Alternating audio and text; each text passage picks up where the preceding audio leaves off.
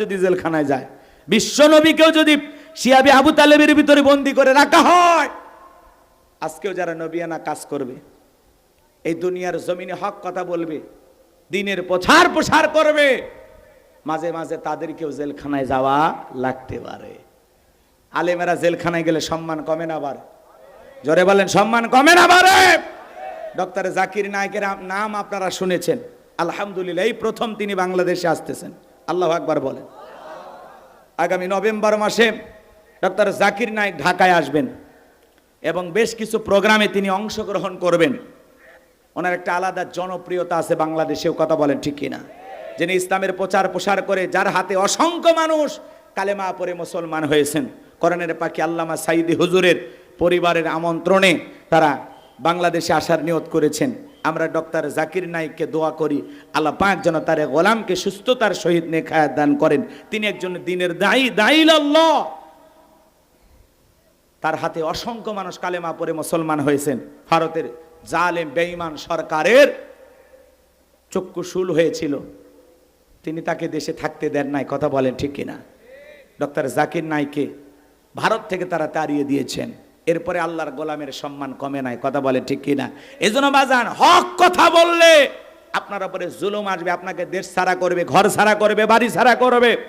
আপনি যখন দিন কায়েমের পথে চলতে যাবেন, আপনার উপরে নানান ধরনের অপবাদ আসবে, কথা বলে ঠিক কিনা? কষ্ট হচ্ছে মনে হয় আপনাদের, দিল দিয়ে কথাগুলো বোঝার চেষ্টা করবেন বাজান। আল্লাহর নবী দানিয়েল জেলখানায় উম্মতদেরকে ডেকে বলে, কি ব্যাপার, কই গেল তোমাদের টাকা পয়সা, কই গেল তোমাদের দাম্ভিকতা অহংকার? এই দিনের ভয় তো আমি তোমাদেরকে দেখাইছিলাম, আমার কথা কি মিলে গেল? এইবার উম্মতের ডেকে বলে, পয়গম্বর আপনার কথা যে দিবালোকের মতো সত্য হবে আমরা বুঝতে পারি নাই। ও আল্লাহর নবী দানিয়েল, আমাদের ভুল হয়ে গেছে, আপনি আমাদেরকে মাফ করে দেন, আপনি যা বলবেন এখন থেকে আমরা তাই শুনবো। আল্লাহর নবী দানিয়েল ডেকে বলে, তারা কি তোমরা তওবা করে ফিরে আসতে চাও? উম্মতের ডেকে বলে, পয়গম্বর আজ থেকে আমরা এক আল্লাহর ইবাদত করব, আপনি যা বলবেন আমরা তাই আমল করব। আল্লাহর নবী দানিয়েল ডেকে বলে, শোনো, সত্যি যদি তোমরা তওবা করে ফিরে আসতে চাও, তাহলে রাত 12টার পরে আমি যখন আল্লাহ বলে ডাক দেব, আমার সঙ্গে তোমরা সবাই ঘুম থেকে জাগ্রত হয়ে আল্লাহ বলে ডাক দিবা। আমার বিশ্বাস, তোমরা যদি তওবা করে ফিরে আসতে চাও, আমার আল্লাহ আমাদের তওবা কবুল করবেন। আর অবশ্যই আমার আল্লাহ পারেন একমাত্র জালেমের জেলখানা থেকে মুক্ত করার ব্যবস্থা করে দিতে। বলুন আল্লাহু আকবার। রাত 12টা পার হয়ে গেছে, আল্লাহ নবী দানিয়েল আলাইহিস সালাম আল্লাহ বলে ডাক দিয়েছেন। একটু সবাই জোরে ডাক দেন আল্লাহ, ভালোবেসে ডাক দেন আল্লাহ, আর একটু জোরে বলেন আল্লাহ। কলিজাটা মানে ভরে যায় আল্লাহ বলে, মানে কলিজার মধ্যে কোনো ফাঁকা থাকে না, কথা বলে। কেমন সৃষ্টি করতে পারছি, কি সুন্দর নাম আল্লাহ আল্লাহ, কিন্তু কপাল পরে আমরা ডাকার সুযোগ পাই না, কথা কন। একটু অপেক্ষা করেন বাজান গো আমার। আল্লাহ নবী দানিয়েল আলাইহিস সালাম যখন আল্লাহ বলে ডাক দিয়েছেন, পয়গম্বরের সঙ্গে 70,000 উম্মত ঘুম থেকে জাগ্রত হয়ে আল্লাহ বলে ডাক দিয়েছেন। এইবার পয়গম্বর সবাইকে নিয়ে সিজদায় মাথা লুটিয়ে পড়লেন, তওবা করলেন আল্লাহ তাআলার কাছে, কাকুতি মিনতি সহকারে দোয়া করতে লাগলেন, আল্লাহ আমার উম্মতেরা ভুল করেছে, তারা ভুল পথ থেকে ফিরে এসেছে, আল্লাহ আপনি আমার উম্মতদেরকে মাফ করে দেন। আল্লাহ নবী দানিয়েল আলাইহিস সালাম চোখের পানি ছেড়ে দিয়ে যখন আল্লাহর কাছে দোয়া করলেন, আল্লাহ আমার উম্মতেরা তওবা করে ফিরে এসেছে, আপনি আমার উম্মতদেরকে মাফ করে দেন। চোখের পানি ছেড়ে দিয়ে কান্না করতেছেন আর আল্লাহর কাছে দোয়া করতেছেন। আমার আল্লাহ ডেকে বলে, ও নবী দানিয়েল কান্নাকাটি করতে হবে না, আমি আল্লাহ তোমাদের দোয়াকে কবুল করে নিয়েছি, আর টেনশন নেবার কোনো কারণ নাই, আমি আল্লাহ ওয়াসিরে জালেমের জেলখানা থেকে মুক্ত করার ব্যবস্থা করে দেব। বলুন আল্লাহু আকবার। আল্লাহ রাব্বুল আলামিন ওই রাত্রিতে জালেম বাদশা বুকতেনাসর কেমন একটা স্বপ্ন দেখাইছে বাজান।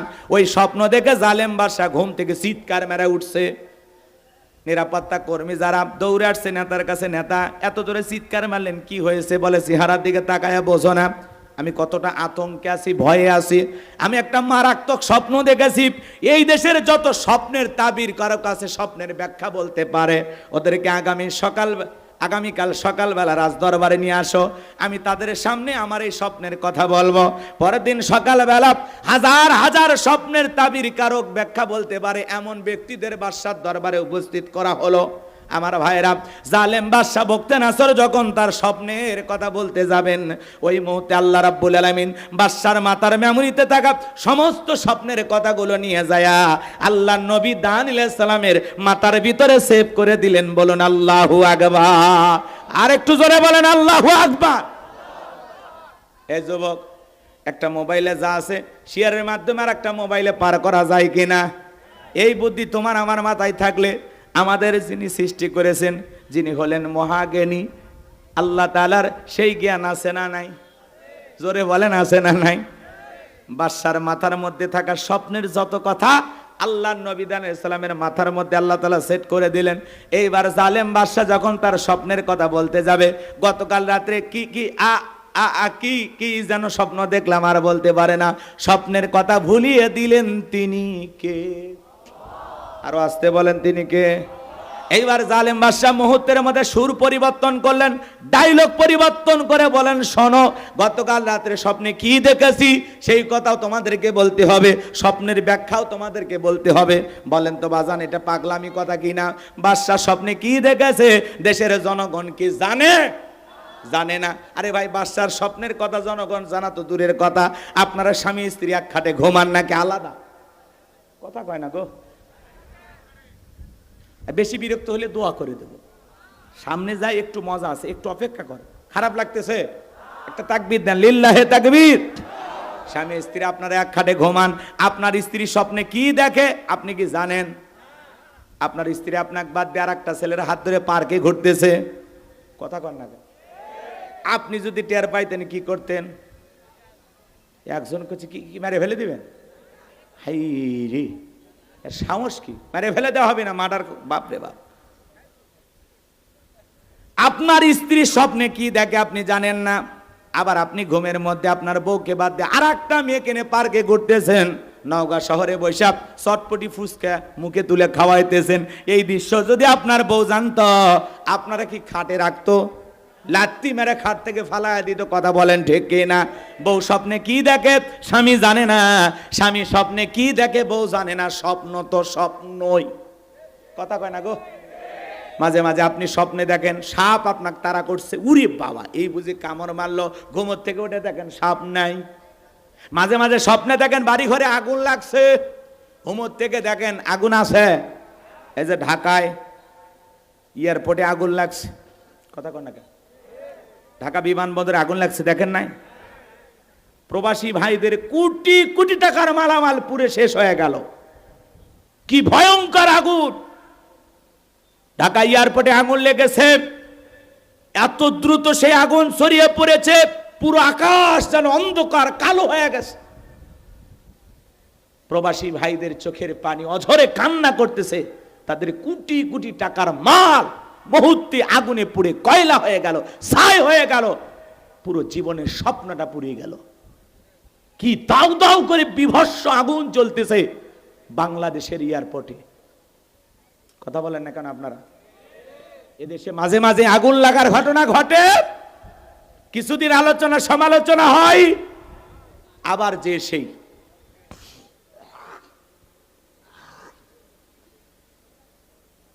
আমাদের এগুলো নিয়ে একটু চিন্তা ভাবনা করার দরকার আছে না নাই? কিভাবে আগুনগুলো নিয়ন্ত্রণ করা যায়, কিভাবে বড় বড় দুর্ঘটনার হাত থেকে এদেশের সম্পদকে রক্ষা করা যায়। বিশাল বড় বড় বিল্ডিংগুলোতে আগুনে জ্বলে যাচ্ছে। কয়েকদিন আগে চট্টগ্রামে একটি ফ্যাক্টরিতে আগুন লাগছে, সেখানেও পুড়ে কোটি কোটি টাকার সম্পদ শেষ হয়ে গেল। আজকে আবার ঢাকার এয়ারপোর্টে আগুন, মাঝে মাঝে আগুন লাগে। কিন্তু আমাদের একটা বিকল্প পদ্ধতি খুলতে হবে, চিন্তার পরিবর্তন আনতে হবে, যেগুলো কিভাবে নিয়ন্ত্রণ করা যায়। সেই ফায়ার সার্ভিসের লোকজন আসতে আসতে পুরো শেষ। হ্যাঁ, ওই পাইপ সেটিং করতে করতে ওদের পুরোই শেষ, কথা কন নাকি আপনারা?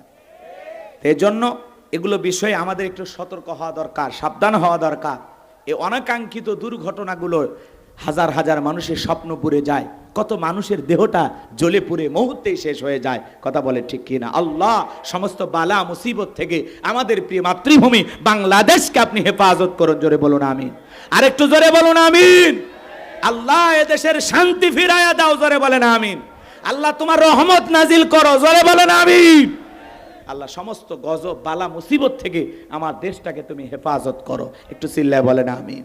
আজকে ঢাকায় আগুন, চট্টগ্রামে আগুন, মাঝে মাঝে দেখবেন এখানে সেখানে আগুন লেগে, আহা কি ভয়ঙ্কর আগুন, জ্বলে পুড়ে শেষ হয়ে গেল কোটি টাকার সম্পদ চোখের সামনে। আমার ভাইয়েরা, তাহলে মাঝে মাঝে স্বপ্নে দেখেন আগুন লাগছে, ঘুমোর থেকে ওটা কি আগুন খুঁজে পাওয়া যায়? কথা বলেন না কেন?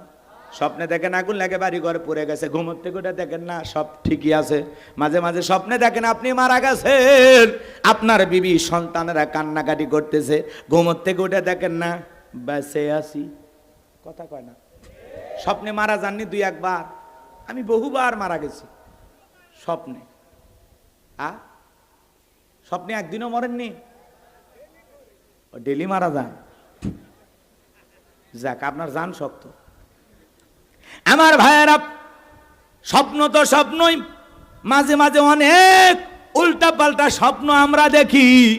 যুবকেরাও স্বপ্ন দেখে, যারা অবিবাহিত যুবক ঘরের চার দেয়ালের মধ্যে নায়িকাদের ছবি ঝোলায় রাখছে, ঘুমানোর আগে ওই নায়িকাদের ছবি দেখা নফল মনে করে, ওই ছবির দিকে তাকায় আর বলে হারে এরকম একটা সুন্দরী যদি বউ পাইতাম জীবনটা ধন্য হয়ে যেত। ঘুমের ঘরে স্বপ্নে দেখে নায়িকা বুকের ওপর। কথা বলেন না কেন? এই যুবকদেরকে কি মনে করতেছেন?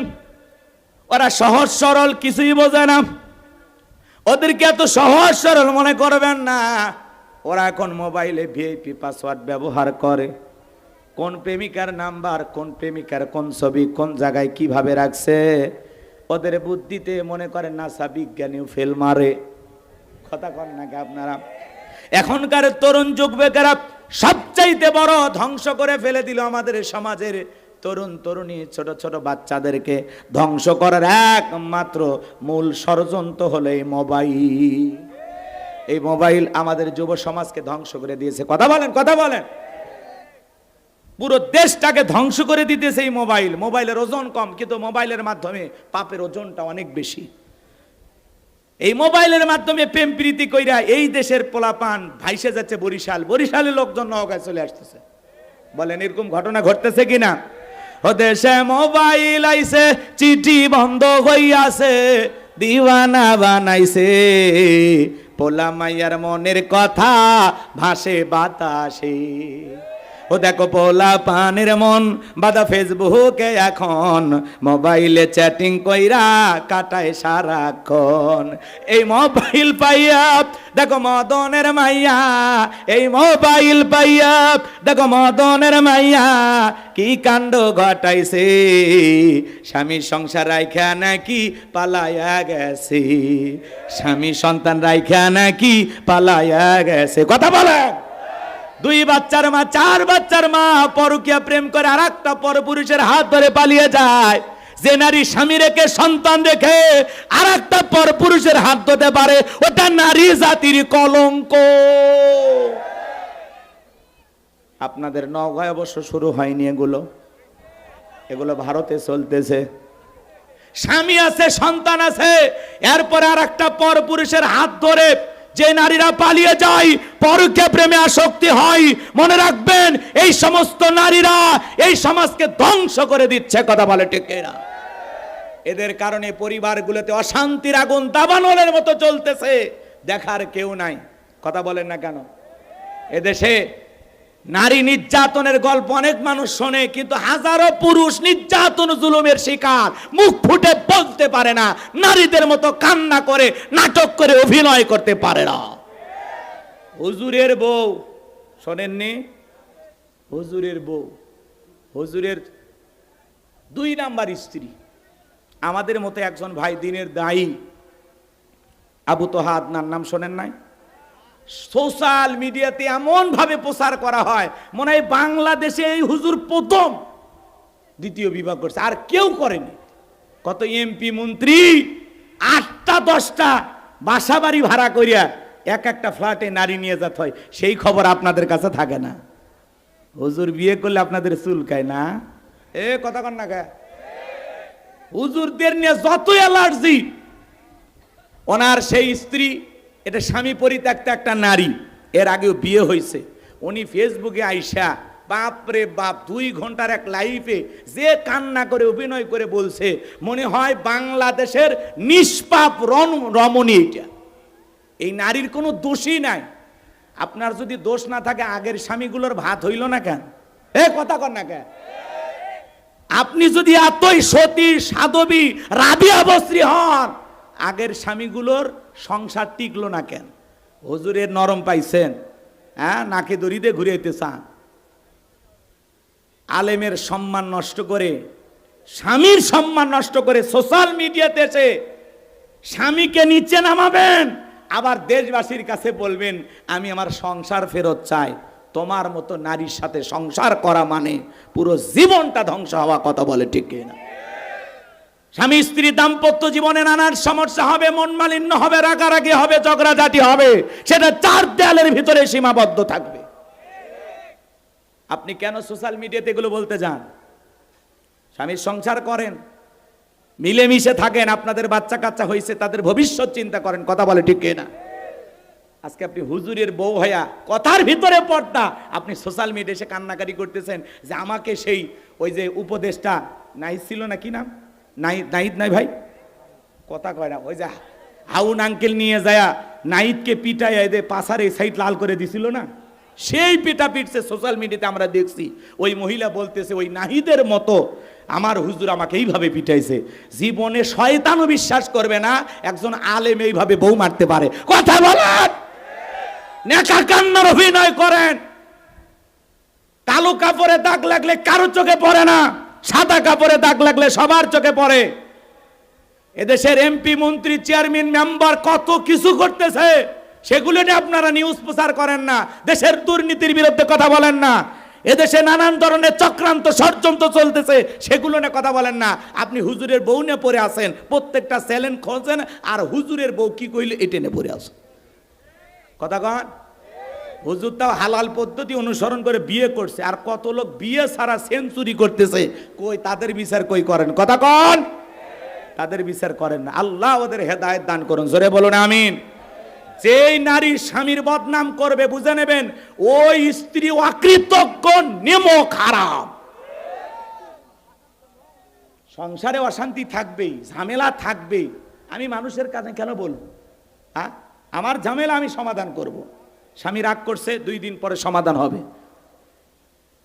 আম্মা জান আয়েশার সাথে রসুলের কি মন মালিন্য হইতো না? কথা বলে না কেন? নবীর যদি তার স্ত্রীর সাথে মন মালিন্য হয়, হযরত ওমর ফারুক এসে যে ঝগড়া মিটায়া দেয়।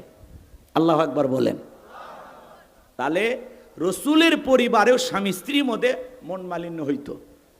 রসুল রাগ কইরা শুয়ে আছে খেজুরের পাতার বিছানায়, ওমর ফারুক তাকায় দেখে রসুলের সেই খেজুর পাতার বিছানা দাগ উঠছে। হুজুর এই অবস্থায় কেন? কয় ওমর একটু সমস্যা আছে। রসুলের কষ্ট ওমর সহ্য করতে পারলেন না, বুঝে ফেলে দিয়েছেন। সাহাবা ইকরাম নবীকে কত মহাব্বত করতেন, ভালোবাসতেন। তাদের পরিবারেও ভালোবাসার অভাব ছিল না, একটু মন মালিন্য ছিল, মান অভিমান ছিল। আবার আম্মা জান আয়েশা বলতেন, রসুল আমি যেই গিলাসের যেই স্থানে ঠোঁট লাগায় পানি পান করতাম, আল্লাহ রসুল গিলাসটা ঘোরায় না ঠিক ওই জায়গায় ঠোঁট লাগায়া পানি পান করতেন। বলুন সুবহানাল্লাহ। আম্মা জান আয়েশা বলেন আমাদের ঘরে দামি ফার্নিচার ছিল না, কিন্তু ঘরটা ভালোবাসা দিয়ে ভরপুর ছিল। বলুন আল্লাহু আকবার। আম্মা জান আয়েশা বলেন আমি গোস্ত খেয়ে রেখে দিলে, হাড় খায় রেখে দিলে, আমার ফেলে দেওয়া এটো হাড় আল্লাহ রসুল নিয়ে খাইতেন। বলেন আল্লাহু আকবার। আল্লাহ রসুল স্ত্রীদের মুখে খাবার তুলে খাওয়াইতেন। সুবহানাল্লাহ বলবেন না? আল্লাহ রসুল তক্তার উপরে বসে গোসল করতেন। আম্মা জানেরা পানি রেডি করে আল্লাহ রসুলকে তক্তে বসাইয়া নিজের হাতে পানি ঢেলে ঢেলে গোসল করায় দিতেন। আল্লাহু আকবার বলেন। কি ভালোবাসা ছিল! একসাথে রসুলের 9 জন স্ত্রী দেখে বলেন নবী আপনি আমাদের মধ্যে সবচেয়ে কারে বেশি ভালোবাসেন? বলে এই জবাব আগামীকাল দেব। রাত্রিবেলায় প্রত্যেকটা স্ত্রীর দরজায় নক করলেন, খেজুর হাতে ধরায় দিলেন, আর বললেন আমি তোমারে যেইটা দিয়েছি কারো কাছে বলবা না। কোনো স্ত্রী কারো কাছে বললো না। পরের দিন সবাই ধরেছে, হুজুর বলেন আমাদের মধ্যে কাদেরকে আপনি ভালোবাসেন? আল্লাহ রসুল বলেন গতকাল রাত্রিতে যাদেরকে আমি 2টা খেজুর দিছি। কয়টা খেজুর? আমি যাকে 2টা খেজুর দিয়েছি আমি নবী তাকে বেশি ভালোবাসি। প্রত্যেকটা বিবির ঘরে আল্লাহ রসুল 2টা করে খেজুর দিয়েছিলেন। প্রত্যেকটা স্ত্রী খুশি আর মনে মনে ভাবতেছেন আমারই তো 2টা খেজুর দিয়েছে। প্রত্যেকটা স্ত্রী খুশি হয়ে গেছে, বলুন সুবহানাল্লাহ। আর আপনি একটু সমস্যা, হ্যাঁ স্বামীর এই সমস্যা ও সমস্যা, ও মা স্বামীর একটু সমস্যা, এটা নিয়ে এত কথা কেন বলেন? অনেকে বলে হুজুর আমার স্বামী কি খারাপ আপনি জানেন না। আপনার স্বামী কি ফিরাউনের চাইতেও খারাপ? কথা কন নাকি আপনারা?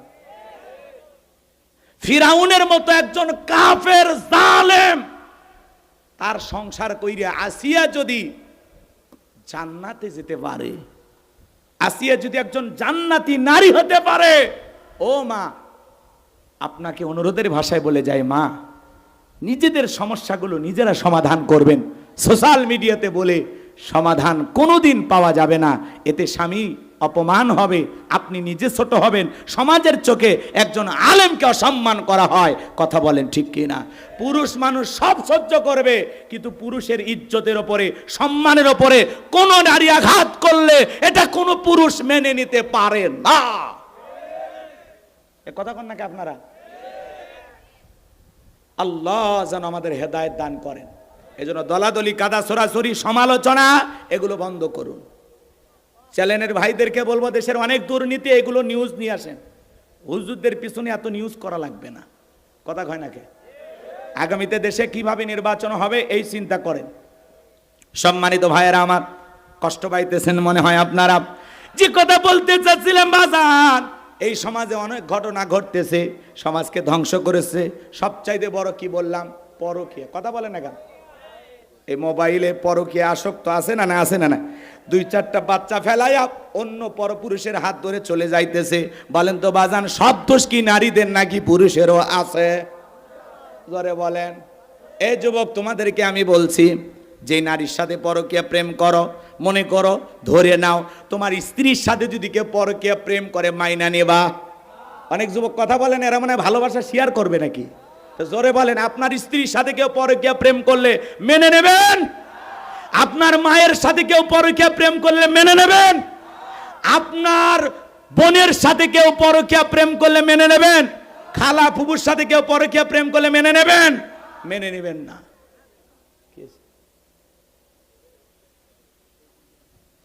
রাগ করতেছেন আপনারা?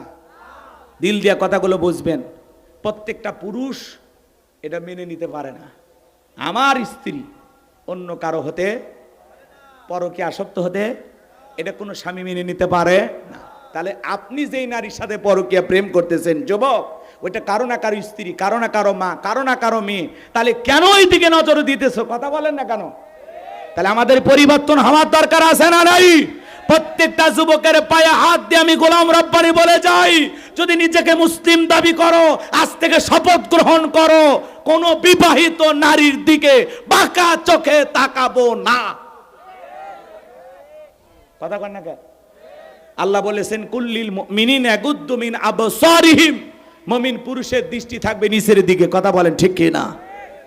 যুবক, কত গরিব মেয়ে আছে বিয়ে দিতে পারে না, যাও ওই গরিব মেয়েটাকে বিয়ে করো, আল্লাহ খুশি হবে। কত স্বামী পরিত্যক্তা নারী আছে, সন্তানগুলো নিয়ে অসহায় জীবন যাপন করতেছে, যাও বিয়ে করো, আল্লাহ খুশি হবে। তুমি ওই জায়গায় যাবা না। কথা কয় না কেন? আমার ভাইরা মন খারাপ করবেন না। তাহলে বর্তমান সমাজে যুবকদেরকে ধ্বংস করছে মোবাইল। কথা বলেন ঠিক কি না? এই মোবাইলের সবচাইতে বড় আর একটা নিশা নাম হলো কি জানেন? টিকটক। কথা কয় না? ও দেশে টিকটক আসিয়া সব গেল ভাসিয়া, সিদ্দিক সোরা নায়ক হইছে আইডি খুলিয়া, হিরো আলম নায়ক হইছে আইডি খুলিয়া। এ বগুড়ার হিরো আলমের নাম আপনারা শোনেননি? আজকের নিউজ, এই হিরো আলম দুধ দিয়ে গোসল করছে বউক তালাক দিয়ে। এর নাটক দেখতে দেখতে পুরো জাতি ক্লান্ত। এর অভিযোগ হলো রিয়ামণি লোকজন ক্যাডার মাস্তান ভাড়া করে আমারে পিটাইয়া হাসপাতালে ভর্তি করছে। এই জন্য এই বউ আর আমি রাখবো না, 1 তালাক 2 তালাক, রিয়ামণি তুই তালাক, এই কথা বলে দুধ দিয়ে গোসল করতেছে। সেটার আবার ভিডিও হচ্ছে সোশ্যাল মিডিয়াতে, সব চ্যানেলে নিউজ প্রচার করা হলো। অবশেষে রিয়ামণিকে তালাক দিয়ে দুধ দিয়ে গোসল করলেন হিরো আলম। আহারি সমাজ। আরে ভাই তালাক দিছু ভালো কথা, বউ ভালো লাগে নাই, ঝামেলা হয়েছে, তালাক দিছিস ভালো কথা, দুধ দিয়ে গোসল করলি আর ভিডিও করে ছেড়ে দিলি। এরা সবসময় ভাইরাল হয়ে থাকে, কথা কয় না, কথা কয় না। নির্বাচনে দাঁড়াইয়া ভোট কয়টা পাইছে না পাইছে দৌড় দেয়, ভাইরাল হয়। পান্তা খায়, ভাইরাল হয়। মার খায়ও ভাইরাল হয়। এমনকি বউ মাস্তান ক্যাডার ভাড়া করে পিটছে, তাও ভাইরাল। বউ তালাক দিয়েও ভাইরাল। এর গেলে খালি ভাইরাল হওয়ার নেশা। হিরো আলম চেনেন না আপনারা? আজকে বউ তালাক দিছে, দিয়ে গোসল করছে দুধ দিয়ে। আচ্ছা হোক, এরপরে ছেলেটা পবিত্র হোক, আমরা দোয়া করি। হিরো আলম ভাই আপনি চিল্লায় যান, কথা কেন 40 দিনের চিল্লায় যান, যায়া তাবলিগে যাই, ইবাদত বন্দকি নামাজ কালাম কিছু শিখে পরিবর্তন হয়ে যান, বিয়ে শাদী বন্ধ করে দেন, কথা কেন। আর যেগুলো বউ আছে দুই একটা, এদেরকে নিয়ে বাচ্চা কাচ্চা না সুন্দরভাবে জীবন যাপন করেন। আর ওয়াদা দেন কোনোদিন নাটক সিনেমা করব না, অশ্লীল গান বাজনা করব না, ফিরে আসলাম আল্লাহর দিকে। আল্লাহ যেন হিরো আলম ভাইকে হেদায়েত দান করেন। আর এরকম রিয়া মনির মতো জল্লাদ বইয়ের হাত থেকে আল্লাহ যেন ওকে রক্ষা করে। একটু জোরে কোন আমিন। আমার ভাইয়েরা, তাহলে যে কথা বলতে চাচ্ছিলাম, কষ্ট পাইছেন আপনারা? ও দেশে টিকটক আসিয়া সব গেল বাসিয়া, তুইলা রাখছে সপ্তমা কাশি। এখনকার বাচ্চারা পড়াশোনা করে না বাজান, এজন্য সন্তানদের হাত থেকে মোবাইল নেন, আবারও সন্তানেরা বই নিয়ে টেবিলে বসবে, কথা বলে ঠিক কিনা? লম্বা আমি করবো না বাজান, স্বপ্ন তো স্বপ্নই, অনেক স্বপ্ন আপনি এমনি দেখি, এই স্বপ্নগুলো বাস্তবায়ন হয় না। বাদশা বকতে নাসরের কথা আপনাদের মনে আছে না নাই? ডেকে বলে আমি কি স্বপ্ন দেখেছি, স্বপ্নের কথাও বলতে হবে, স্বপ্নের ব্যাখ্যাও তোমাদেরকে বলতে হবে। জনগণ ডেকে বলে বাদশা এ তো পাগলামি কথা, আপনি কি স্বপ্ন দেখেছেন আমাদের পক্ষে তো বলা সম্ভব নয়। বাদশা বকতে নাসর ডেকে বলে কেন, তোমরা নাকি গায়েব জানো, গায়েবের খবর নাকি তোমাদের কাছে আছে? বলেন তো বাজান, আল্লাহ ছাড়া পৃথিবীর কোন মানুষকে গায়েব জানে? জোরে বলেন জানে? কোন ভণ্ডপীঠ কেউ যদি উল্টা পাল্টা কথা বলে আপনাকে বলে আমি গায়েব জানি, পরে নিয়ে যাবেন অন্ধকার রুমের ভেতরে, আচ্ছা তারে ধরে পিটাবেন আর বলবেন গায়েবী মার দিলাম, কারো কাছে বলবে না। মনে রাখবেন আল্লাহ ছাড়া দুনিয়ার কেউ গায়েব জানে না। কোন ভণ্ড পীর বলেন, যত বড় আল্লাহওয়ালা বলেন, যে বলবে আমি গায়েব জানি, বুঝে নেবেন এটা শয়তান, এটা ভণ্ড। কথা কন নাকি আপনারা? আমার ভাইয়েরা, অনেক লম্বা হবে, আমি লম্বা করব না, যে কথা বলতে চাচ্ছিলাম। এইবার বাদশা বকতে নাসর রেখে বলে 7 দিনের আলটিমেটাম দিলাম, এই 7 দিনের মধ্যে আমি স্বপ্নে কি দেখেছি আর স্বপ্নের ব্যাখ্যা কি হবে, দুইটা কথা যদি আমাকে না জানাইতে পারো, আমি সবাইকে ফাঁসি দিয়া মারবো, শুলিতে সরাবো।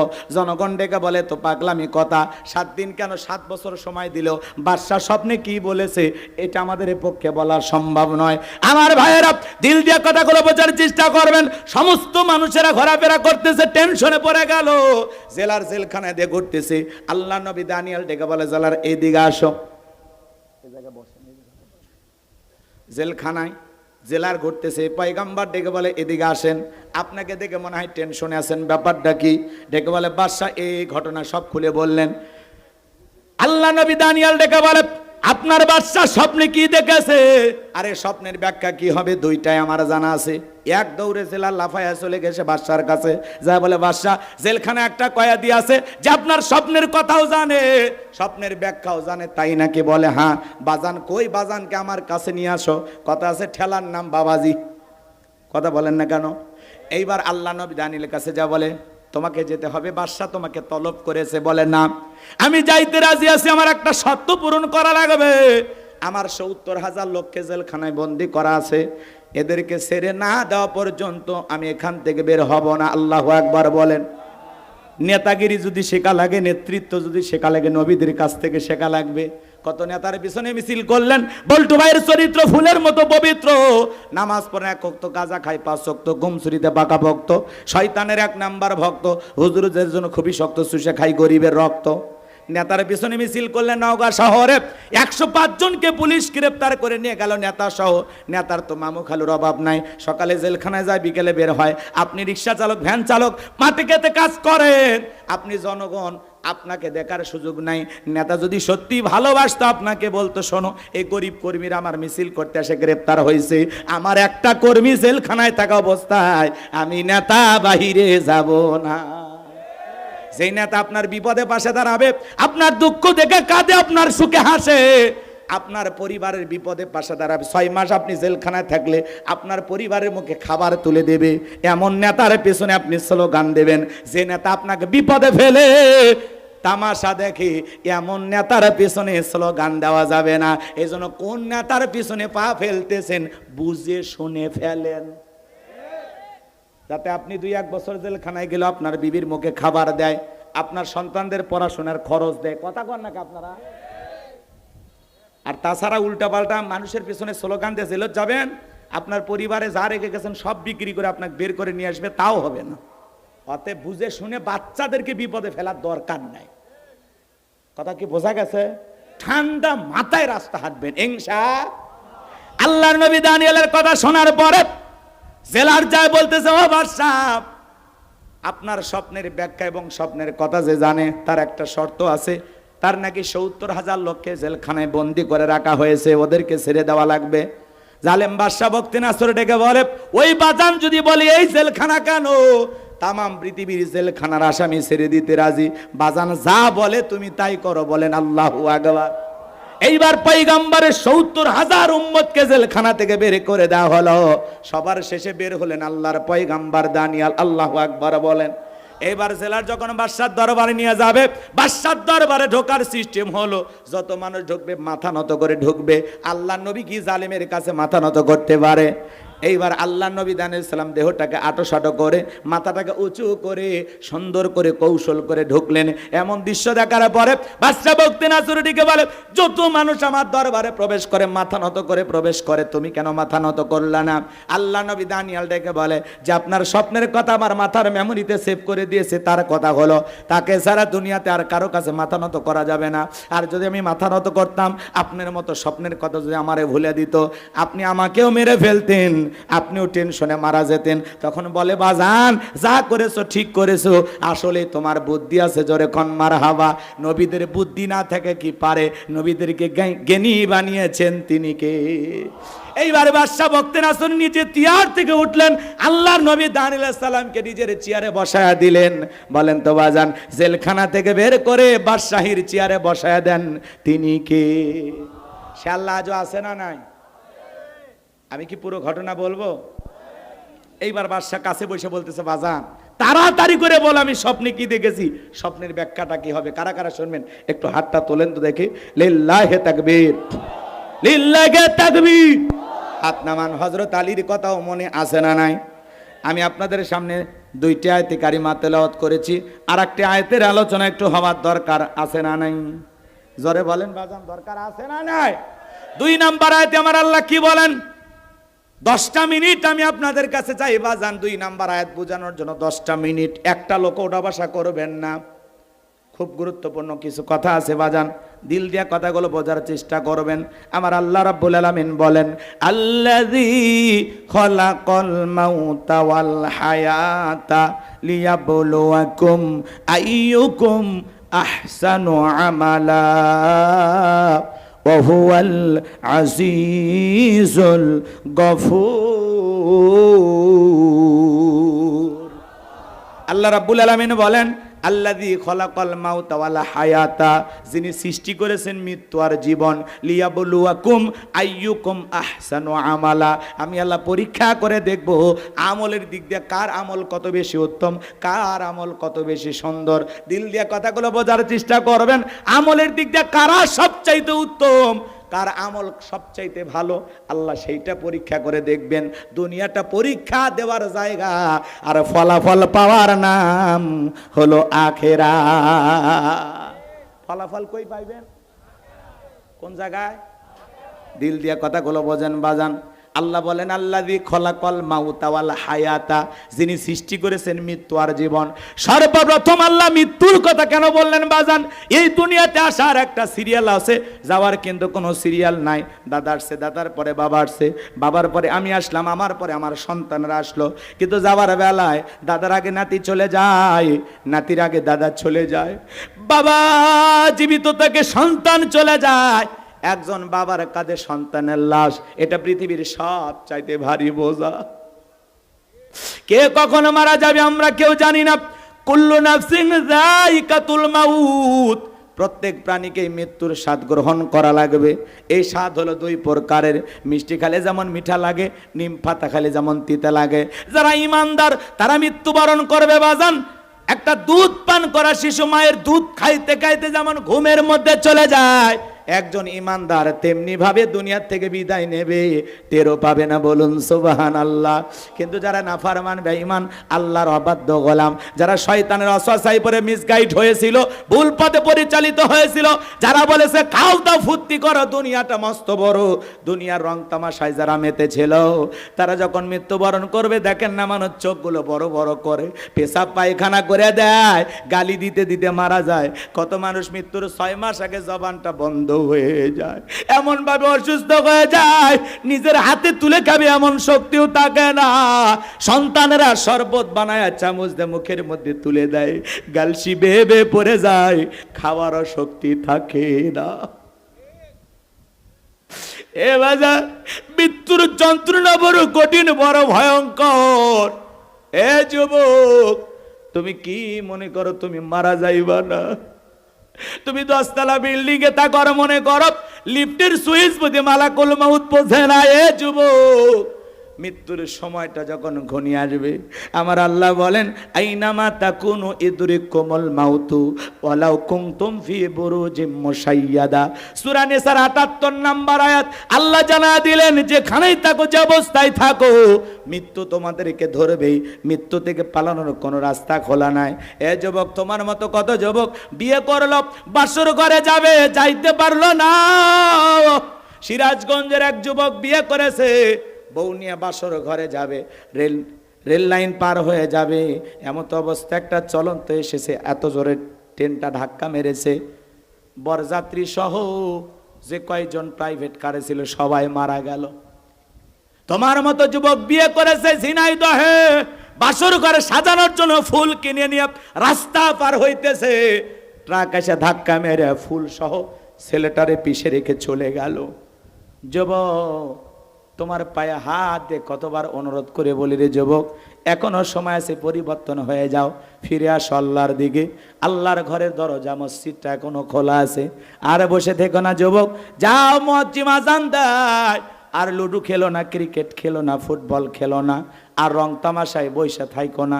যাও যুবক যাও, আল্লাহর ঘরের দরজাটা এখনো খোলা আছে, মসজিদে চলে যাও, মালিকের কুদরতি কদমে সেজদা দাও, নিজেকে পরিবর্তন করে ফেলো। কত যুবকের হাত ধরে বললাম, এ যুবক নামাজ পড়ো, বলে হুজুর এই যৌবন বয়সে একটু ঘোরাফেরা করি, পরে নামাজ দেখবো। আবারও বললাম যুবক নামাজ পড়ো, বলে হুজুর বিয়ে শাদী তো করলাম না, বিয়ে শাদীটা একটু কইরা নেই। বিয়ে শাদী হয়ে গেল, কিছুদিন পরে বলা হলো যুবক এখন কি নামাজ পড়বা না, বিয়ে তো হয়ে গেল। বলে হুজুর হাতের মেহেদি রংটাই শুকাইল না, এখন মসজিদে যা সময় নষ্ট করার মতো সময় নাই। জোরে কন্যা উজুবিল্লাহ। এই তো বিয়ে করলাম, তুই একটা বাচ্চা কাচ্চা হোক, এরপরে যখন বাচ্চা কাচ্চা হয়ে যায়, সন্তান হয়ে যায়, তখন যদি বলা হয় যুবক বিয়েও করলে সন্তানের বাবা হইলে এখন কে আর মসজিদে যাইবা না? যুবক ডেকে বলে হুজুর বাচ্চা কাচ্চা হওয়াতে সংসারের চাপ বেড়ে গেছে, কাজে কর্মে অনেক ব্যস্ত থাকি, পরে দেখা যাবে। এই যে আপনার চিন্তা ভাবনা পরে পরে দেখা যাবে, এ যুবক তুমি যে বিয়ে করবা তার কি গ্যারান্টি আছে? বিয়ের পরে সন্তানের বাবা হবা তার কি গ্যারান্টি আছে? তোমার মতো কত যুবক চোখের সামনে মারা যাইতেছে, পরীক্ষা দিয়েছে, রেজাল্টটা বের হবে আগামীকাল, গতকালকে তার মৃত্যু হয়ে গেছে। কত যুবক স্বপ্ন ভরা আশা নিয়ে কক্সবাজারে ঘুরতে যায়, সমুদ্রের সৈকতে যায়, ছেলেটারে ফিরে আসে না। তোমার মতো কত যুবক পালসার মোটর সাইকেল এদিক এদিক ঘোরাফেরা করে, আস্তা করে ট্রাকের তলে যাইয়া জীবনটা চলে যায়, আর ফিরে আসার ভাগ্য হয় না। কারো কখনো মৃত্যু হবে আমরা কেউ জানি না, মৃত্যু সব জায়গায় দাঁড়িয়ে আছে, কখন কিভাবে মৃত্যু হবে আমরা কেউ জানি না। সকালে মরবো না সন্ধ্যায় মরবো, রাতের বেলায় ঘুমের মধ্যে মারা যাব, নাকি বউ কলা টিভিতে হত্যা করবে আমরা কেউ জানি না। কথা বলেন না কেন? কার কখন মৃত্যু হবে আমরা কেউ জানি না বাজান। মৃত্যুর যন্ত্রণা বড় কঠিন। আল্লাহর নবী ইদ্রিস আলাইহিস সালামকে জিজ্ঞাসা করা হয়েছিল, ও আল্লাহর নবী ইদ্রিস, মৃত্যুর যন্ত্রণা আপনার কাছে কেমন মনে হয়? আল্লাহ নবী ইদ্রিস আলাইহিস সালাম ডেকে বলেন, জ্যান্ত ছাগলের গা থেকে চামড়া খসাইলে ছাগলের যেমন কষ্ট হয়, আমার কাছে মৃত্যুর যন্ত্রণা তেমনি কষ্টকর মনে হয়। একজন নবীর কাছে যদি মৃত্যুর যন্ত্রণা এমন কষ্টকর মনে হয়, আপনার আমার কাছে মৃত্যুর যন্ত্রণা কত ভয়ঙ্কর হতে পারে। ও নওগাঁর মুসলমানেরা, বিশ্ব নবী ইন্তিকালের পূর্বে অসুস্থ, নবীর শরীরে প্রচন্ড জ্বর। কিছুদিন পরে নবী আমার সুস্থ হলেন। আসমান থেকে জিবরাইল আসলেন, নবীকে সালাম দিলেন, আসসালামু আলাইকুম ইয়া রাসূলুল্লাহ, ইয়া হাবিবাল্লাহ, হুজুর এখন আপনার শরীরের অবস্থাটা কেমন আল্লাহ জানতে চাই। নবী ডেকে বলে, ও জিবরাইল, আগের চাইতে আমি অনেকটা সুস্থ আছি। কিছুক্ষণ পরে আবারও জিবরাইল আসলেন, ডেকে বলে, নবী আজকে আমি আসমান থেকে একা আসি নাই, আমার সাথে আরেকজন ফেরেশতা এসেছেন যার নাম মালাকুল মউত, আপনার অনুমতির অপেক্ষায় দাঁড়িয়ে আছে। নবীজি অনুমতি দিলেন, মালাকুল মউত প্রবেশ করলেন, নবীজিকে সালাম দিলেন, আসসালামু আলাইকুম ইয়া রাসূলুল্লাহ, ইয়া হাবিবাল্লাহ, হুজুর আপনি যদি অনুমতি দেন আপনার রূহটা আমি কবজ করব, আর আপনি যদি অনুমতি না দেন, আমার আল্লাহ বলেছেন এক মুহূর্ত দেরি করবি না, আমার বন্ধুর যতদিন মনে চায় ততদিন দুনিয়ার জমিনে থাকবে। নবী আমার ডেকে বলে, আজরাইল এরপরে কি আর কোনোদিন আসবে না? ডেকে বলে, যেহেতু আপনার জীবন আছে, মৃত্যুর স্বাদ অবশ্যই আপনাকে একদিন ভোগ করা লাগবে। নবী আমার ডেকে বলে, ও মালাকুল মউত, আর আসতে হবে না, আজকে এসেছো আমি তোমাকে অনুমতি দিলাম। নবী যখন অনুমতি দিলেন, মালাকুল মউত যখন বিশ্ব নবীর রূহটা বের করার জন্য বুকের উপরে হাত রেখে দিয়েছেন, নবী আমার অঝরে চোখের পানি ছেড়ে দিয়ে কাঁদে আর বলে, এ মালাকুল মউত, আজরাইল আর সহ্য হয় না রে, আর সহ্য হয় না, হাতটা তাড়াতাড়ি আমার বুকের উপর থেকে সরায় নাও। মালাকুল মউত হাত সরায় নিলেন। আমার নবী ডেকে বলে, মালাকুল মউত, এই যদি হয় মৃত্যুর যন্ত্রণা কষ্ট আমার উম্মতেরা সহ্য করতে পারবে না। কেমন দয়ার নবী, মায়ার নবী পাইছি, মৃত্যুর পূর্বে উম্মতের কথা বলে না। আল্লাহু আকবার। নবী ডেকে বলে, মালাকুল মউত আমারে কথা দে, আমার উম্মতের রূহটা বের করার সময় ইহসান করবি, কষ্ট দিবি না।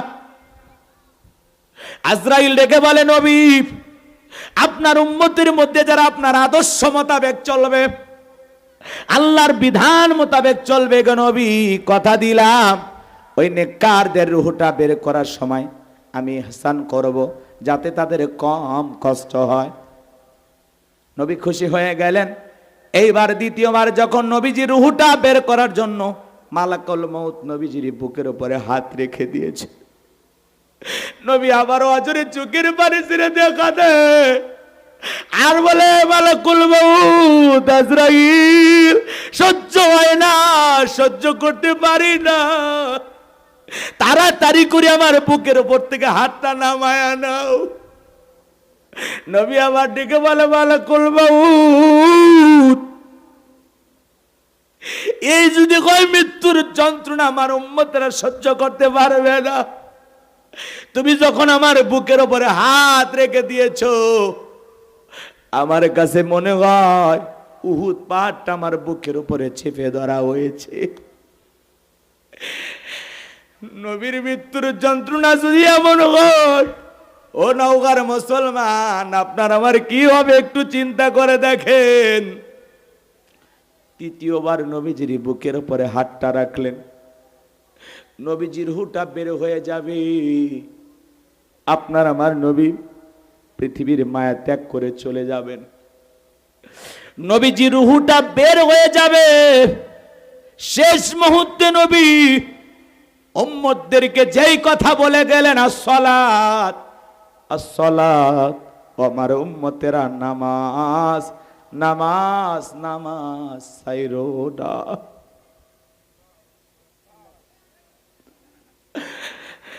নবীজি রূহটা বের হয়ে যাচ্ছে, ওই সময় নবী উম্মতদেরকে বলে গেলেন, আমার উম্মতেরা আসসালাত আসসালাত, নামাজ নামাজ নামাজ ছাইরো না। নবীর জীবনের শেষ কথাটা কি আমরা আমল করতে রাজি আছি? নওগাঁর কোন কোন মুসলমান আছেন নবীর জীবনের শেষ কথাটা আমল করবেন? জীবন দশায় কোনোদিন 5 ওয়াক্ত নামাজ কাজা করবেন না। কারা কারা আছেন হাত তুলে আল্লাহকে একটাবার দেখান। আল্লাহ আমাদের সবাইকে 5 ওয়াক্ত নামাজি বানায় দেন, জোরে বলেন আমিন। আল্লাহ আমাদের সবাইকে 5 ওয়াক্ত নামাজি বানায় দেন, জোরে বলেন আমিন। জামাতের সহিত মসজিদে গিয়ে 5 ওয়াক্ত সালাত আদায় করব আল্লাহ ইনশাআল্লাহ। নবীর মুখ থেকে বের হওয়া শেষ শব্দ, নাতির কথা বললেন না, সন্তানদের কথা বললেন না, জামাইয়ের কথা বললেন না, কত উম্মতকে ভালোবাসতেন। ও আমার উম্মতেরা, তোমরা নামাজ ছেড়ো না। আজকে মসজিদে আজান হয়, মুসল্লি 5 জন 7 জন। ফজরে এমন মসজিদ মুয়াজ্জিম একাই আজান দিয়ে একাই নামাজ পড়ে, কপাল পোড়াগুলো নাক ঢেকে ঘুমায়, মসজিদে আসে না। কথা বলেন ভাই। এখানে এমনও মানুষ আছে, আমরা অনেকে এশার নামাজ পড়ি নাই, নিয়ত করছি হুজুর 3টা পর্যন্ত ওয়াজ করেন শুনবো, কিন্তু ফজর পড়বো না। এই ওয়াজের কোনো লাভ আছে বাজান? বলেন। প্রত্যেকটা মাহফিলে যাব কি নিজেদেরকে পরিবর্তন করার জন্য? আমি যত কথা বললাম, একটি কথাও যদি আপনার ভালো না লাগে, এখন যে কথা বলতেছি এই 2-4 মিনিটের বয়ানও যদি আপনার কাছে ভালো লাগে, আপনি যদি মনে করেন আমাকে হুজুর নামাজের কথা বলেছে, রসুলের জীবনের শেষ কথাটা আমি আজকে আমল করব, এই মাহফিল আমাদের জন্য নাজাতের ওসিলা হয়ে যেতে পারে, আপনার জীবনটাকে পরিবর্তন করে দিতে পারে। আজকের একটি সিদ্ধান্ত আপনাকে জান্নাত পর্যন্ত পৌঁছায় দিতে পারে। আজকে নামাজ ধরবো, কালকে ধরবো, রে ভাই ওই কালটা তো জানাজা হয়ে যেতে পারে। কথা কন নাকি আপনারা? কার কখন মৃত্যু হবে আমরা কেউ জানি? আসবে মরণ কখনো কোথায় কারো জানা নাই, আসবে মরণ কখনো কোথায় কারো জানা নাই। জানাজার নামাজের আগে নামাজ পড়ো ভাই, ও তোমার জানাজার নামাজের আগে নামাজ পড়ো ভাই। আসবে মরণ কখনো কোথায় কারো জানা নাই, আসবে মরণ কখনো কোথায় কারো জানা নাই। জানাজার নামাজের আগে নামাজ পড়ো ভাই, তোমার জানাজার নামাজের আগে নামাজ পড়ো ভাই। নিজের জানাজা হওয়ার আগে কি পড়া লাগবে? কারণ নিঃশ্বাসটা বন্ধ হয়ে গেলে আর ইবাদত করার চান্স থাকবে না। এখন আপনার হায়াত আছে, জিকির করতে পারবেন, কোরআন তেলাওয়াত করতে পারবেন, নামাজ আদায় করতে পারবেন, তওবা করতে পারবেন, গুনাহ থেকে বেঁচে থাকতে পারবেন। এখন সিজদা দেওয়ার সুযোগ আছে, তওবা করার সুযোগ আছে, কিন্তু মৃত্যুর পরে আফসোস কোনো কাজে আসবে? আল্লাহ আমাদের সবাইকে হেদায়েত দান করেন। একটু জোরে বলেন আমিন। আমি কি আপনাদেরকে কষ্ট দিয়ে ফেললাম? এখন আমরা দোয়ার দিকে যাই নাকি বলেন? বাকি কথা আরো শুনবেন? কথা শুনবেন আরো? তাহলে আমার অনুরোধ কি? নামাজ পড়া লাগবে, একটাই অনুরোধ। আচ্ছা, মুসলমানের কাছে যদি নামাজের ওয়াজ করা লাগে, এটা দুঃখের বিষয় না? আমরা মুসলমান সবাই জানি না নামাজ পড়া কি বাজান? ফরজ। একটু জোরে বলেন না। 5 ওয়াক্ত সালাত আদায় করা এটা কি? এটা রবের বাধ্যতামূলক ওয়ার্ডার। কথা কি বোঝা গেল? অবশ্যই একজন মুসলিম 5 ওয়াক্ত সালাত আদায় করবে, সালাতের সাথে মুসলমানের সম্পর্ক থাকবে। নামাজি হব তো ইনশাল্লাহ। শয়তান অলসতা ধরায়, নানান ধরনের সমস্যা সামনে চলে আসে, সব সমস্যাকে পিছনে ফেলবো। দোকানদারি করেন, আজান হয়েছে, বন্ধ দোকান, নামাজে যান, নামাজ পড়ে এসে বসবেন, আল্লাহ এমনি বরকত দিবে। কথা বলে ঠিক কিনা? আপনার আমার রিজিক দিয়েই তো আল্লাহ দুনিয়ায় পাঠাইছে। কথা কর না ভাই? যেটুকু আপনি পাবেন সেটা তো তকদিরে লেখা হয়ে গেছে, ওটা তো ফিক্সড, ওটা তো আল্লাহ তাআলা বাজেট করে রাখছে। আপনার রিজেক্টটা আসমানে কি হয়ে গেছে? বাজেট হয়ে গেছে। আপনি লাফায়া কিছু করতে পারবেন না, সারা দুনিয়া ঘুরে কিছু করতে পারবেন না। আল্লাহ ঠিক আপনার নসিবে তকদিরে যতটুকু লেখে রাখছে ততটুকুই পাইবেন। কথা বলেন। আল্লাহ আপনার যতটুকু কল্যাণ রেখেছেন ততটুকু কল্যাণই হবে। পুরো পৃথিবীর মানুষ আপনার এখানে 19-20 করতে পারবে না। আবার আপনার তকদিরে যতটুকু অকল্যাণ, যতটুকু ক্ষতি আল্লাহ রেখেছেন ততটুকুই ক্ষতি হবে। পুরো পৃথিবীর মানুষ একত্রিত হয়ে আপনার এর চাইতে বেশি ক্ষতি করতে পারবে না। কথা কি বুঝতে পেরেছেন? আল্লাহ যেন আমাদের বুঝ দান করেন। একটু জোরে বলেন আমিন।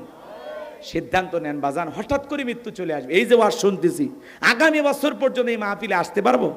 এই যে আমি গোলাম রব্বানী কথা বলতেছি, হয়তো বা আজকে নওগাঁ থেকে বগুড়ায় যাওয়ার পথে দুর্ঘটনা আমি মারা যেতে পারি। আগামীকালকে সোশ্যাল মিডিয়াতে প্রচার হয়ে যেতে পারে যে গোলাম রব্বানী গতকাল নওগাঁ থেকে ফেরার পথে গাড়ি দুর্ঘটনায় মারা গেছে। ইন্না লিল্লাহি ওয়া ইন্না ইলাইহি রাজিউন। ছেলে কাঁদবে, মেয়ে কাঁদবে, স্ত্রী সন্তানেরা কাঁদবে, আহাজারি করবে এলাকার মানুষ, ভক্তবৃন্দ যারা আছে তারাও কাঁদবে। ভালো হুজুর ছিল, বয়ান করত, কিন্তু এক সময় সবাই আমাকে ভুলে যাবে। কথা বলেন না কেন? এই জন্য ভাজান সব সময় আমরা চিন্তা করব, মৃত্যু আমার খুব নিকটে। আল্লাহ যেন আমাদের হেদায়েতের পথে কবুল করেন। একটু জোরে বলেন না আমিন। আমার যুবক ভাইরা রে, আমি যে কথা বলেছিলাম হযরত আলীর কথা আপনাদের মনে আছে না নাই? বাদশার স্বপ্নের কথা মনে আছে না নাই? দুইটা ঘটনা বলতে গেলে অনেক সময় লেগে যাবে, বিশেষ করে বাদশার স্বপ্নের পুরো ঘটনাটা বলতে গেলে আমাকে কমপক্ষে 30 থেকে 40 মিনিট ওয়াজ করা লাগবে। আমি বলেছিলাম 12টা 15, এখন 12:30 পার হয়ে গেছে। কথা কি বুঝতে পেরেছেন? হযরত আলীর কথাটা বলে আমি আপনাদের কাছ থেকে একটু দোয়া নিতে চাই। কষ্ট হবে ভাই? রহমতুল্লাহ ভাই কই? সভাপতি বাজান, দোয়ার দিকে গেলে সমস্যা নেই তো? কারো কিছু বলার আছে? না না, দোয়ার দিকে আমি যাব, আপনি কিছু বলবেন? কারো কিছু বলার নাই তো? আমার ভাইয়েরা, হযরত আলী এইবার তরবারিটা উঁচু করে বলে, মক্কার মহাবীর আমর, তোর যদি সাহস থাকে দাগটা পার হয়ে দেখ, আয় আয়, খেলা হবে, আয়। কথা বোঝেন না? এরকম একটা বাংলাদেশে খেলোয়াড় ছিল না, কি না? শামীম ওসমান। মাইক পেলে বলতে খেলা হবে, খেলা হবে। আজকে বাংলাদেশের পুরো মাঠ পড়ে আছে, কিন্তু এই পাক্কা খেলোয়াড়রা না। এই বেটা কত খেলতে পারে, এখন আসো। পালাও কে? কি খেলোয়াড় তোমরা? বাংলাদেশের ক্রিকেটাররা হারিয়ে হলেও বাংলাদেশে আছে, পালায় না তো। ওদেরকে ডিম মারে, ভুয়া বলে, তাও আসে। আর এরা এত বড় খেলোয়াড়, এরা আসে না। কথা কন কি? আপনারা রাগ করেন? বড় বড় কথা বলতো, আহা, একজনের তো শরীরই চলতো না, কি অভিনয়টা করতো জাতির সামনে। খেলা হবে বলতো, মনে নাই? যাই হোক, এগুলো বললে অনেকে বিরক্ত হয়, হুজুর ওয়াজের মধ্যে এগুলো কেন? আরে ভাই, বাস্তবতা নিয়ে একটু হালকা নাড়া দিলে, হালকা নাড়া না দিলে অতীত ভুলে যাবেন। আমরা চাই যে 16 বছর জালেমেরা জুলুম করেছে, এই ইতিহাস যেন আমরা জীবিত থাকা অবস্থা আপনারা ভুলে না যান। এজন্য একটু ব্রেকিং নিউজের মতো হালকা করে একটু নাড়া দিয়ে যায় যে এরকম মানুষ ছিল, খেলা হবে, এরকম একটা মানুষ ছিল না? এ আসি কোথা আমরা জানি না। হ্যাঁ, বাংলাদেশের অর্ধেক টাকা আছে এই পদ্মা সেতু, এই সেতু মন্ত্রীর কাছে। কথা কন না আপনারা? অর্ধেক টাকা, অর্ধেক। 11 লক্ষ কোটি টাকা দুর্নীতি হয়েছে, এটা আমরা প্রথমে শুনলাম। এখন আজ পর্যন্ত একটা জরিপ করে হিসাব বের হয়েছে 29 লক্ষ কোটি টাকা। এই টাকার বাড়ি কই? বাংলাদেশ কিসে? সিঙ্গাপুর। পৃথিবীর সেরা ধনী রাষ্ট্র বানানো সম্ভব। কথা বলেন? ওরা খালি গল্প শোনাইছে দেশ উন্নয়নে সিঙ্গাপুর, এদিকে মধুপুরি হয়নি। কথা কন নাকি আপনারা? যাই হোক, ওইদিকে আর যাব না, আপনাদেরকে কষ্ট দেব না। শুধু এতটুকু বলবো, আগামীতে যা করবেন বুঝে করবেন। কথা কি বুঝতে পেরেছেন? সমাজে ভালো মানুষের দরকার আছে। দেশের ভালো চাইলে সমাজে ভালো মানুষের দরকার আছে, সৎ মানুষের দরকার আছে, দেশ প্রেমিকের দরকার আছে। কথা বলেন? অভিনেতার দরকার নাই। যে কথা বলতে চাচ্ছিলাম বাজান, হযরত আলী বলতেছে, এই মক্কার মহাবীর আমর, সাহস থাকলে দাগটা পার হয়ে দেখা। এক পা সামনে আসে 3 পা পিছনে যায়, এক পা সামনে আসে 3 পা পিছনে যায়। এমত অবস্থায় 1 পা 2 পা করতে করতে যখনই দাগ বরাবর আসছে, হযরত আলী শুধু কাঁধ বরাবর তরবারি ঠেকাইছে। আল্লাহু আকবার বলেন। তরবারি ঠেকাইতে দেরি, ওই মক্কার মহাবীর আমরের দেহ থেকে আমার আল্লাহ কাল্লাটা ফেলায় দিতে দেরি করে নাই। বলুন আল্লাহু আকবার। আমার আল্লাহ ডেকে বলে, আমার নাম আল্লাহ, যারা দিতে চাই আমি এবং আমার রাসূলের সাথে পাল্লা, আমি রাখবো না তাদের ঘরের কাল্লা। চিৎকারে মেরে বলুন সুবহানাল্লাহ। আল্লাহর সাথে পাল্লা দিয়ে কোনো জালেম টিকতে পারে? নমরুদ টিকতে পারে নাই, ফিরাউন টিকতে পারে নাই, আবু জেহেল টিকতে পারে নাই। আজও পৃথিবীর মানচিত্রে যারা মুসলমানের রক্ত নিয়ে খেলা করতেছে, ওই জালেমদেরও পতন হবে, ওরাও টিকে থাকতে পারবে না। কথা বলে ঠিক কিনা? এই জন্য মুসলমান হিসাবে দল মত নির্বিশেষে আমাদের ঐক্যবদ্ধ থাকা লাগবে। আল্লাহর জমিনে দ্বীন কায়েমের জন্য কারা কারা তার জীবন দিতে প্রস্তুত, হাত তুলে রাখা। লিল্লাহি তাকবীর। কোরআন সুন্নাহর আইন চাই, সৎ লোকের শাসন চাই। আল্লাহ এই জমিনকে ইসলামের জন্য কবুল করুন। চিল্লায় বলুন আমিন। ওয়া আখিরি দাওয়ানা আনিল হামদুলিল্লাহি রাব্বিল আলামিন। আসসালামু আলাইকুম ওয়া রাহমাতুল্লাহি ওয়া বারাকাতুহু। সকলে দুরূদ ইব্রাহিম পড়ুন। আল্লাহুম্মা সাল্লি আলা মুহাম্মাদ ওয়া আলা আলি মুহাম্মাদ কামা সাল্লাইতা আলা ইব্রাহিম ওয়া আলা আলি ইব্রাহিম ইন্নাকা হামিদুম মাজিদ। আল্লাহুম্মা বারিক আলা মুহাম্মাদ ওয়া আলা আলি মুহাম্মাদ